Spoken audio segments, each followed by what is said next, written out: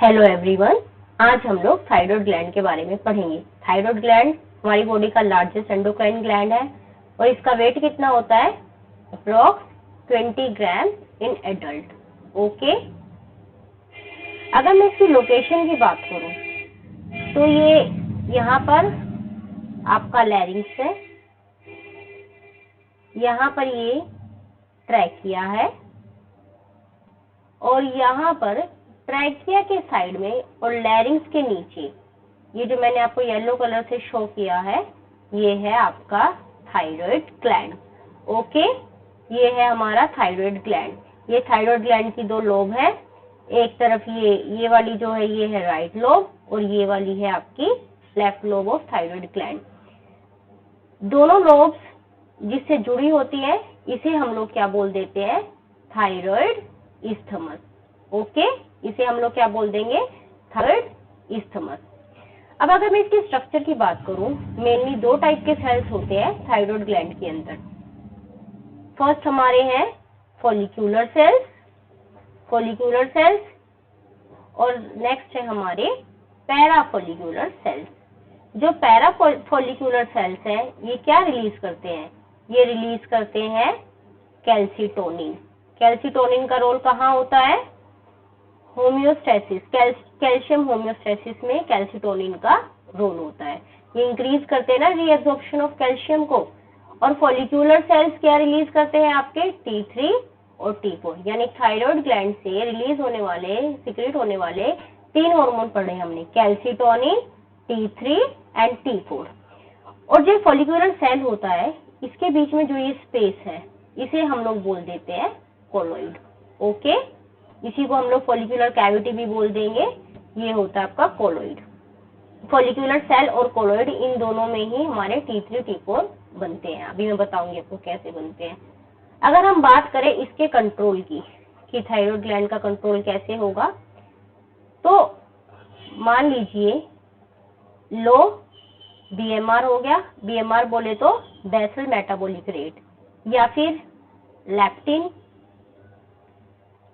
या फिर इसको सीक्रेट करने में हमारा हेल्प करता है alpha MSH, melanocyte stimulating hormone. Leptin कहाँ से आएगा? एडिपोज टिश्यू से। MSH कहाँ से आएगा? पिट्यूटरी ग्लैंड से। फिर इससे हमारे हाइपोथैलेमस को एक सिग्नल मिलता है। ओके, हाइपोथैलेमस को सिग्नल मिलता है कि इसे TRH रिलीज करना है, थायराइड स्टिमुलेटिंग हार्मोन रिलीज करना है। हमारा पिट्यूटरी ग्लैंड फिर फटाफट एक्टिवेट होगा कि अरे TRH का सिग्नल आया हमारे पास, तो ये क्या करेगा? TRH रिलीज करेगा, सॉरी TSH रिलीज करेगा, thyroid stimulating hormone. Thyroid stimulating hormone के जो रिसेप्टर है ना, ये प्रेजेंट होते हैं आपके थायराइड ग्लैंड के ऊपर। थायराइड ग्लैंड फिर क्या रिलीज करेगा? T3 और T4। T3 और T4 जब प्रॉपर अमाउंट में बन जाते हैं तो ये क्या करते हैं? पिट्यूटरी ग्लैंड को इनहिबिट करते हैं और हाइपोथैलेमस को इनहिबिट करते हैं। इसी को हम लोग क्या बोल देते हैं? Feedback inhibition. इसी को क्या बोल देंगे? Feedback inhibition. हाइपोथैलेमस और पिट्यूटरी ने ही इसे बनाया है, लेकिन ये T3 और T4 इसे इनहिबिट करेंगे क्योंकि ये इक्वल अमाउंट में बन चुके हैं। उसके बाद मैं बात करती हूँ इसके सिंथेसिस की। थायराइड ग्लैंड किस चीज से बना होता है? सॉरी, थायराइड ग्लैंड में जो हार्मोन सीक्रेट होंगे उनमें क्या क्या होगा? फर्स्ट हमारा होगा टायरोसिन अमाइनो एसिड और सेकंड हमारा होगा आयोडीन। आयोडीन कहाँ से आएगा? डाइट से। और टायरोसिन हार्मोन कहाँ से आएगा? ये भी मैं आपको बताती हूँ। पहले हम बात करते हैं आयोडीन की। डाइट से ना मेनली आयोडाइड आता है। ब्लड वेसल के अंदर बहुत सारा आयोडाइड है। अब क्या होता है, इंटरस्टिशियल फ्लूइड के अंदर जो आयोडाइड होता है उसकी कॉन्सेंट्रेशन बहुत कम होती है। फॉलिकल सेल के अंदर इसकी कॉन्सेंट्रेशन ज्यादा होती है। अब लो टू हाई कॉन्सेंट्रेशन इसको मूव करना है क्योंकि इसको फॉलिकल सेल में जाना है, तभी तो आयोडीन बन पाएगा ये। तो फिर अब ये ऐसे तो जा नहीं पाएगा, तो यहाँ पर एक सिम्पोर्टर प्रेजेंट होता है। आयोडीन को लेकर जाएगा हमारा सोडियम, सोडियम बोलेगा ठीक है मैं तेरे को लेके चलता हूँ, तू मेरे साथ चल। इसको हम लोग बोल देते हैं NiS सिम्पोटर, सोडियम आयोडाइड सिम्पोटर। फिर ये आयोडीन कोलोइड स्पेस में जाएगा, किसके थ्रू? यहाँ पर भी एक और चैनल प्रेजेंट है, पेंड्रीन। ये भी आपका एक टाइप का को ट्रांसपोर्टर ही है। ये क्या करेगा? आयोडाइड को कोलोइड में भेजेगा और क्लोरीन को अंदर लेके आएगा। और यहाँ पर जो हमारा सोडियम आया है ये बाहर जाएगा, सोडियम पोटेशियम पंप के थ्रू, और पोटेशियम को अंदर लेकर आएगा। ओके, अब आयोडाइड तो आ गया स्पेस के अंदर। अब हमें आयोडाइड से आयोडीन बनाना है, तो हम कैसे बनाएंगे? आयोडाइड का ऑक्सीडेशन होगा। ओके, आयोडाइड का ऑक्सीडेशन होगा, और ये ऑक्सीडेशन कौन करेगा? Thyroid peroxidase. थायराइड परऑक्सीडेज बहुत मेन रोल प्ले करता है, अभी आप आगे भी देखेंगे, बहुत सारी चीजों में मेन रोल प्ले करता है ये। तो अब मेरे पास आयोडीन तो बन गया, अब मेरे को क्या चाहिए? अब मेरे को टायरोसिन अमाइनो एसिड चाहिए।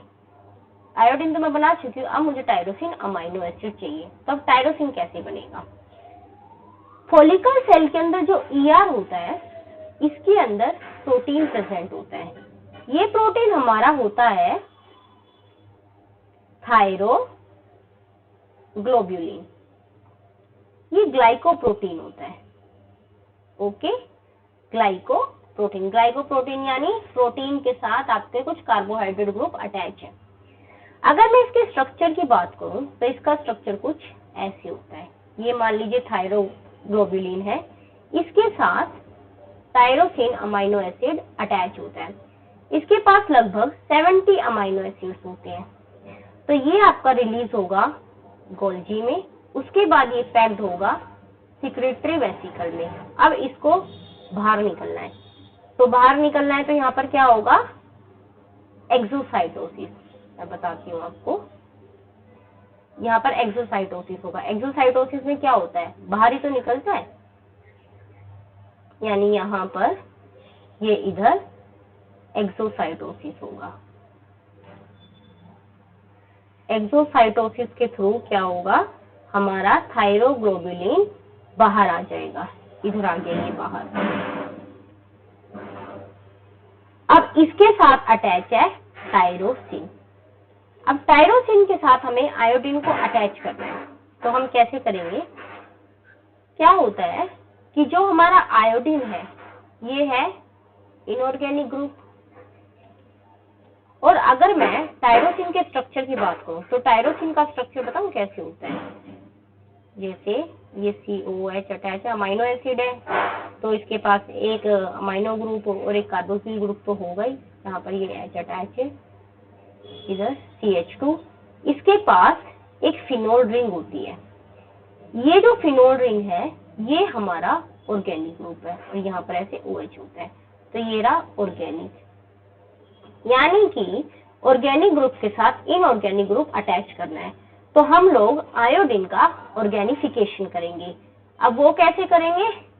जैसे कि ये हमारा टायरोसिन अमाइनो एसिड है Hc, और यहाँ पर क्या बनाऊं? NH2 बना दूं। उसके बाद इधर बना देते हैं CH2, एक फिनोल ग्रुप अटैच कर देते हैं। ठीक है जी, अभी कर देते हैं।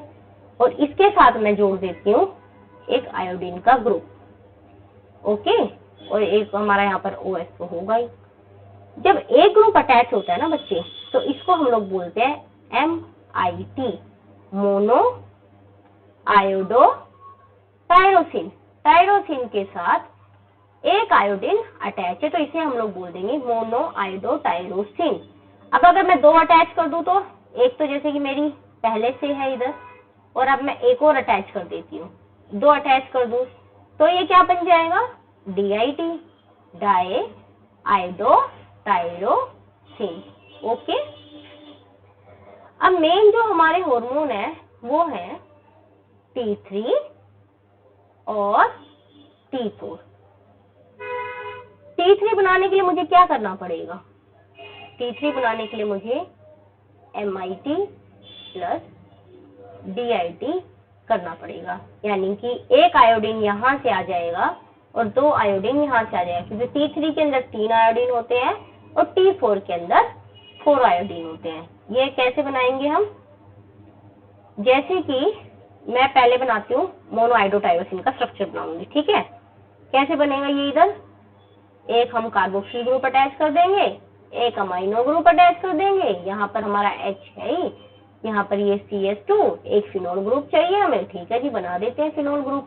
ये फिनोल ग्रुप है, यहाँ पर ये OH है और यहाँ पर मैंने एक आयोडीन अटैच कर दिया, तो ये मेरा क्या हो गया? मोनोआयोडोटायरोसिन। अब मुझे क्या बनाना है? डायआयोडोटायरोसिन, क्योंकि मुझे 2 आयोडीन चाहिए ना।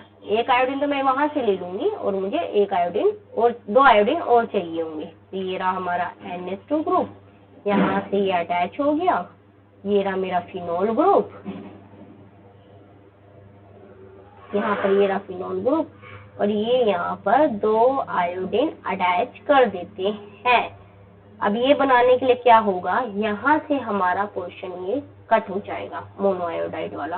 तो ये कैसे बनेगा? किस टाइप का स्ट्रक्चर बन जाएगा? ये यहाँ से कट होके और ये वाला जो पूरा पोर्शन है ये इसके साथ अटैच हो जाएगा। यानी कि कैसा बनेगा? ये कैसा दिखेगा हमें? ये दिखेगा कुछ कुछ इस टाइप का, NH2 CH2, ये यहाँ पर बना देते हैं फिनोल ग्रुप, यहाँ पर ये अटैच कर देते हैं। अब यहाँ पर हो जाएगा हमारा O और इधर यहाँ पे एक बार पहले हम लोग 2 आयोडीन और अटैच कर देते हैं, ओके, ये रहा। और उसके बाद यहाँ पर ये हमारा फिनोल ग्रुप है MIT वाला, ठीक है जी, ये भी बना देते हैं। और उसके बाद इधर ये OH ग्रुप है और यहाँ का एक आयोडीन और है, तो यानी 3 आयोडीन हो गए और टायरोसिन भी हो गया। तो इसे हम लोग क्या बोल देंगे? T3। अब एक बार T4 का स्ट्रक्चर बताओ मुझे कैसे बनेगा? T4 में क्या होगा? ये रहा HCCOH, एक अमाइनो ग्रुप अटैच कर देते हैं, CH2, उसके बाद ये हमारा आ गया फिनोल रिंग, ये हो गया अटैच, O, ऑक्सीजन तो होगी इधर, उसके बाद एक और फिनोल ग्रुप अटैच कर देते हैं, ये रहा OH।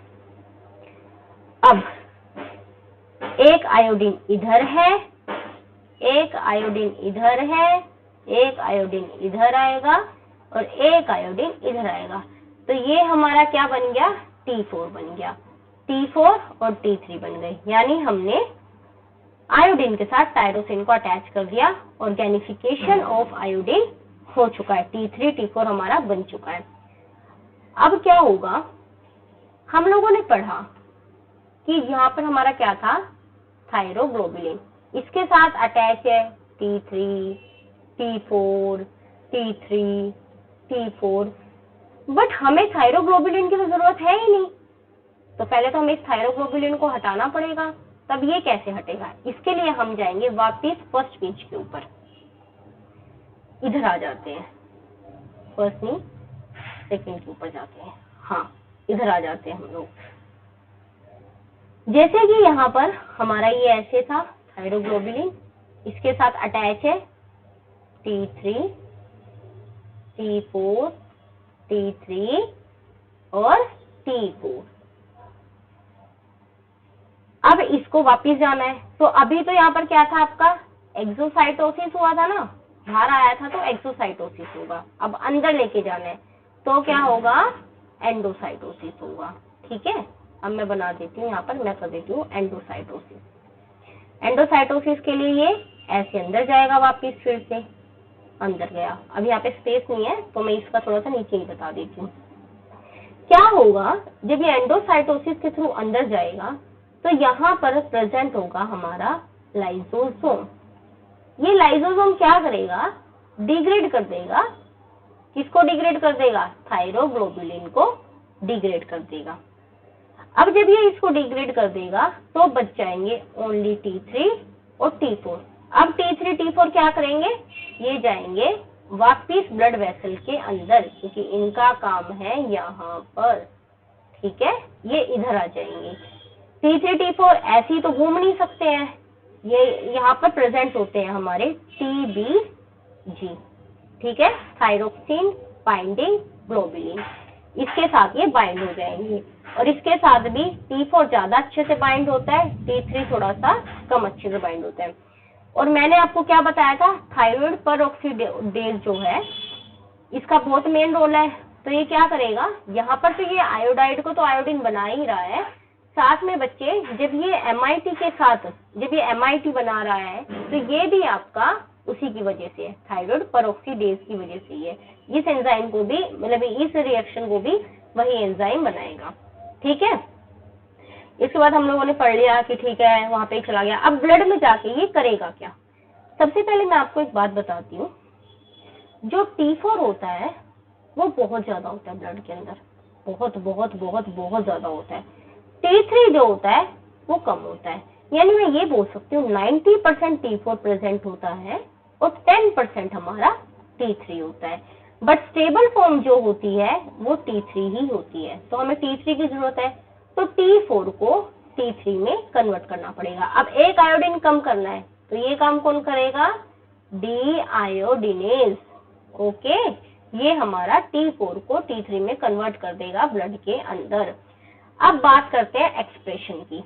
मैंने आपको एक बात बताई कि जब ये T3 और T4 ब्लड वेसल के अंदर जाते हैं तो ये आपके बाइंड करते हैं TBG के साथ।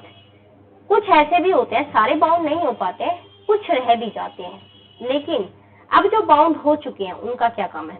देखो मेरी बात, मैंने सबसे पहले आपको बताए थे TSH का क्या काम था, पिट्यूटरी से ये जा रहा था और पिट्यूटरी से जाने के बाद थायराइड ग्लैंड पे इसका एक रिसेप्टर प्रेजेंट था, उसके साथ ये बाइंड करा था। TSH का जो नेचर होता है ये होता है GPCR, यानी कि सरपेंटाइन होते हैं। इसके बाद थायराइड ग्लैंड जो है ये हमारा रिलीज करता है T3 और T4 को। अब T3 और T4 बाइंड करेंगे किसके साथ, ब्लड के साथ, ठीक है। उसके बाद इनकी बाइंडिंग हो गई, मैक्सिमम बाइंडिंग मैंने आपको बताई T4 को, T4 ज्यादा अच्छे से बाइंड करता है TBG के साथ, बट T4 को हम T3 में कन्वर्ट कर देंगे। अब ये क्या कर सकते हैं, कैपिलरीज को क्रॉस कर सकते हैं, क्रॉस कर सकते हैं कैपिलरीज को, ठीक है जी, हो गया क्रॉस।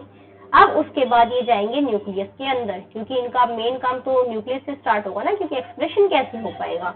अब ये जाएंगे न्यूक्लियस के अंदर। न्यूक्लियस के अंदर होते हैं class 2 receptor, class 2 receptor nucleus के अंदर प्रेजेंट होंगे।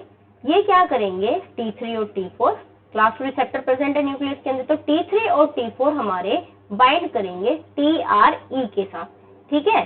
TRE के साथ बाइंड होता है HAT नाम का प्रोटीन, जो कि होता है आपका हिस्टोन एसिटाइल ट्रांसफेरेज, यानी कि क्या करता है, हिस्टोन के ऊपर एसिटाइल ग्रुप अटैच कर देता है। हिस्टोन के ऊपर अगर एसिटाइल ग्रुप अटैच हो गया तो क्या होगा, जो हमारा हेट्रोक्रोमेटिन था, हेट्रोक्रोमेटिन हमारा कन्वर्ट हो जाएगा यूक्रोमेटिन के अंदर, ठीक है। तो फिर आराम से हमारा mRNA वगैरह बन पाएगा और आराम से जीन का एक्सप्रेशन हो पाएगा, मतलब आराम से यहाँ पे प्रोटीन बन जाएगा और जीन का एक्सप्रेशन हो पाएगा। आपको पता होगा एसिटाइलेशन जब होता है उस टाइम पे मोस्टली क्या होता है, डीकंडेंसेशन होता है, यानी कि हेट्रोक्रोमेटिन यूक्रोमेटिन में कन्वर्ट हो जाता है। और अगर मिथाइलेशन होता है, नई बात कोई, मोस्टली, नॉट ऑलवेज, मोस्टली, तो यहाँ पर कंडेंसेशन होता है, यानी कि यूक्रोमेटिन से हेट्रोक्रोमेटिन में कन्वर्ट होता है, यानी जीन अच्छे से एक्सप्रेस नहीं कर पाती है। अब ये तो हो गया, ठीक है जी, प्रोटीन भी बन गया। अब ये प्रोटीन काम क्या करेंगे, T3 T4 वगैरह का काम क्या होगा, तो अब हम वो पढ़ते हैं। मेनली तो हम लोग T3 का ही पढ़ते हैं, क्योंकि जितना भी हमारा T4 था वो मैक्सिमम हमारा T3 में कन्वर्ट हो चुका है। तो T3 का जो रेगुलेशन होता है, T3 रेगुलेशन, एक मिनट, T3 रेगुलेशन, T3 हमारा क्या क्या रेगुलेट करेगा। तो सबसे पहले अगर मैं बात करूं तो इसका रोल होता है कैटाबॉलिज्म में। कैटाबॉलिज्म किस किस चीज का, ग्लूकोज का कैटाबॉलिज्म हो सकता है, और आपके प्रोटीन का कैटाबॉलिज्म हो सकता है, और आपके फैट का कैटाबॉलिज्म हो सकता है, ठीक है। ग्लूकोज का कैटाबॉलिज्म होगा तो क्या होगा, ग्लाइकोलिसिस, और ग्लाइकोलिसिस हो गया तो ग्लूकोज का एब्सॉर्प्शन आपका इंक्रीज हो जाएगा। अब कैटाबॉलिज्म करे जा रहा है तो क्या होगा, बीएमआर इंक्रीज हो जाएगा। बीएमआर बोले तो बेसल मेटाबॉलिक रेट इंक्रीज। और ये इंक्रीज कैसे होगा, ऑक्सीजन कंजप्शन को इंक्रीज कर देगा ये, ठीक है। By increasing consumption oxygen BMR will increase. अब बात करते हैं इसके सेकंड फंक्शन की। पहला हमने पढ़ लिया बीएमआर को इंक्रीज करता है, कैसे करता है, कैटाबॉलिज्म को बढ़ा देता है। सेकंड हमारा रोल है सीएनएस डेवलपमेंट। सीएनएस बोले तो अपना सेंट्रल नर्वस सिस्टम। थर्ड हमारा रोल है, सीएनएस का भी काम हो गया। अब बात है जो कार्डियक मसल्स है, कार्डियक मसल जिसको बोलते हैं, हार्ट वाली मसल्स होती है ना, ब्रेन में तो नहीं होती है, हार्ट में होती है। तो कार्डियक मसल्स का कॉन्ट्रैक्शन होना। कार्डियक मसल्स अगर कॉन्ट्रैक्ट हो गई तो क्या होगा, कार्डियक आउटपुट इंक्रीज हो जाएगा और बॉडी के जो भी टिश्यूज हैं, टिश्यू के अंदर ब्लड फ्लो बहुत ज्यादा बढ़ जाएगा, ठीक है, ब्लड फ्लो बढ़ जाएगा। एक और रोल है इसका, ये कौन सा रोल है, ये है सिंपैथेटिक एक्टिविटी को इंक्रीज कर देता है, ठीक है, सिंपैथेटिक एक्टिविटी को इंक्रीज कर देता है। सिंपैथेटिक एक्टिविटी में क्या होता है, हमारा स्ट्रेस रिस्पॉन्स होता है ना, स्ट्रेस के टाइम पे तो ये सिंपैथेटिक एक्टिविटी आती है हमारी। अब क्या होगा, हार्ट रेट इंक्रीज हो जाएगा। सिंपैथेटिक एक्टिविटी इंक्रीज है तो हार्ट रेट तो इंक्रीज होना ही है। उसके बाद नेक्स्ट हम पढ़ते हैं माइटोकॉन्ड्रियल एक्टिविटी को भी इंक्रीज कर देता है। माइटोकॉन्ड्रिया की अगर एक्टिविटी इंक्रीज हो गई तो क्या होगा, एटीपी ज्यादा, हमारा सोडियम पोटेशियम पंप की जो एक्टिविटी है, सोडियम पोटेशियम पंप की जो एक्टिविटी है ये भी इंक्रीज हो जाएगी। और अगर हमारा एटीपी ज्यादा हो भी गया तो क्या होगा, हीट इंटॉलरेंस भी बढ़ जाएगा, हीट इंटॉलरेंस इंक्रीज हो जाएगा, बॉडी का टेम्परेचर बढ़ जाएगा। टेम्परेचर बढ़ गया तो फीवर भी आ सकता है हल्का फुल्का, बट ये मोस्टली जब आएगा जब बहुत ही ज्यादा हो जाएगा तभी फीवर आएगा, ठीक है। इसके बाद मैंने बात कर ली T3 हमारा क्या रेगुलेट करता है। एक चीज और याद रखना,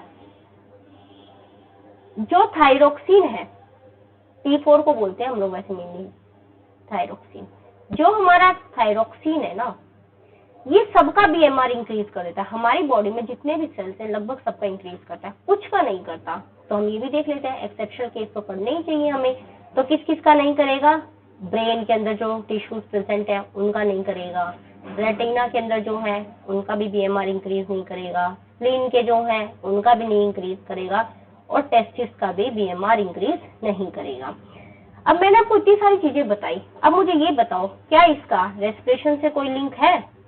हाँ जी बिल्कुल है, इनडायरेक्टली तो ये रेस्पिरेशन को अफेक्ट कर ही रहा है। कैसे कर रहा है, देखो बीएमआर बहुत ज्यादा बढ़ गया, ठीक है जी, बीएमआर बढ़ गया तो अब तो ऑक्सीजन का जो डिमांड होगी, ऑक्सीजन की जो डिमांड होगी वो भी बढ़ जाएगी।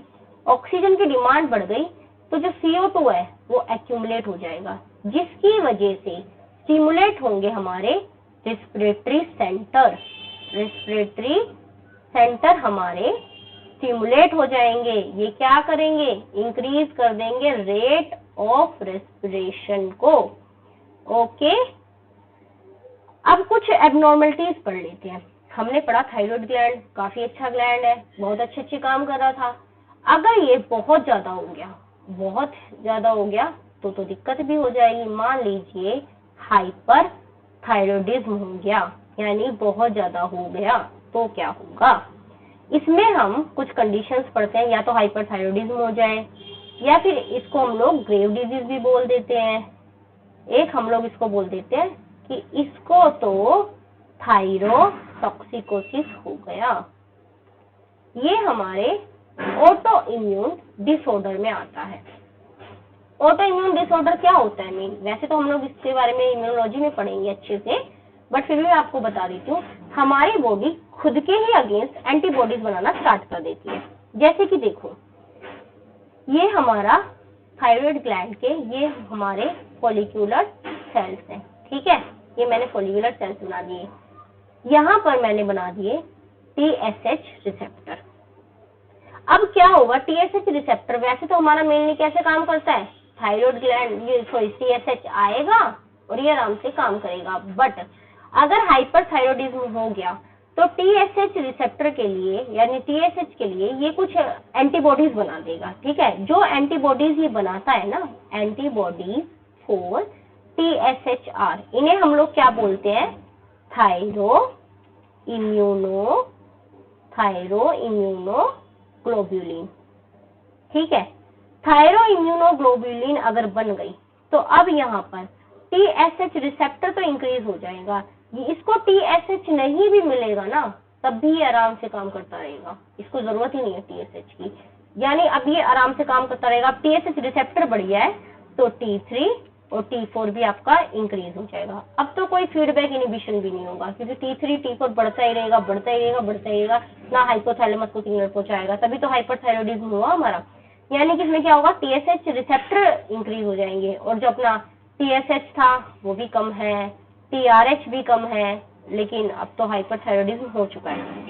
अब मेरी बात सुनो, मैंने आपको क्या क्या इसके वो बताए थे, किस किस चीज को रेगुलेट करता है ये, तो आपने पढ़ा था कि BMR को इंक्रीज करता है, तो यानी ये क्या करेगा, BMR को कुछ ज्यादा ही इंक्रीज कर देगा। मैं यहाँ पे लिखती हूँ, हाँ।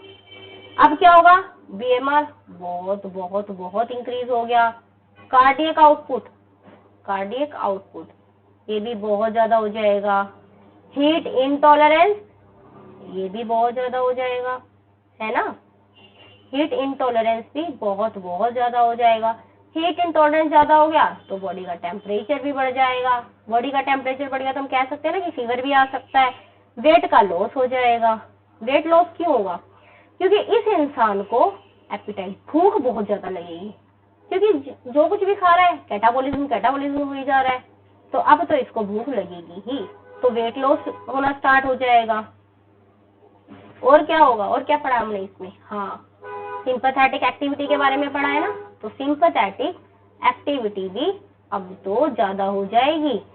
और यहाँ पे सिंपैथेटिक एक्टिविटी जब ज्यादा हो जाती है तो क्या होती है, आईज जो होती है मोर ओपन, आईज ज्यादा ओपन हो जाती है। ठीक है, अब इसका एक तो मेन कॉज मैंने क्या क्या पढ़ा,